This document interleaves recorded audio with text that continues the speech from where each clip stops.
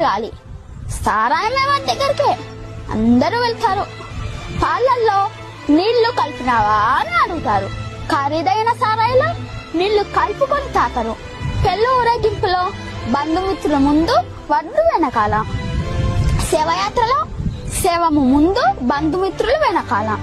శవాన్ని ముట్టినందుకు స్నానం చేస్తారు. మూగజీవులను చంపి పూజిస్తారు. కొవ్వొత్తుని వెలిగించి చనిపోయిన వారిని గుర్తు చేసుకుంటారు. కొవ్వొత్తుని ఆర్పి జన్మదినాన్ని ఆచరిస్తారు.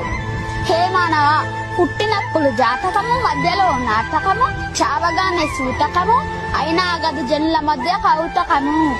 కష్టం వస్తే భగవంతుణ్ణి కొలుస్తారు. ఆయనకు రాబోయే కష్టాన్ని ఆపరు.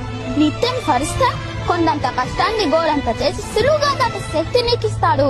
నిన్ను కష్టాలు కుంభవృష్టిలా ముంచేస్తే నీకు గొడుగు పెట్టి కాపాడుతాడు. గుర్తుంచుకో.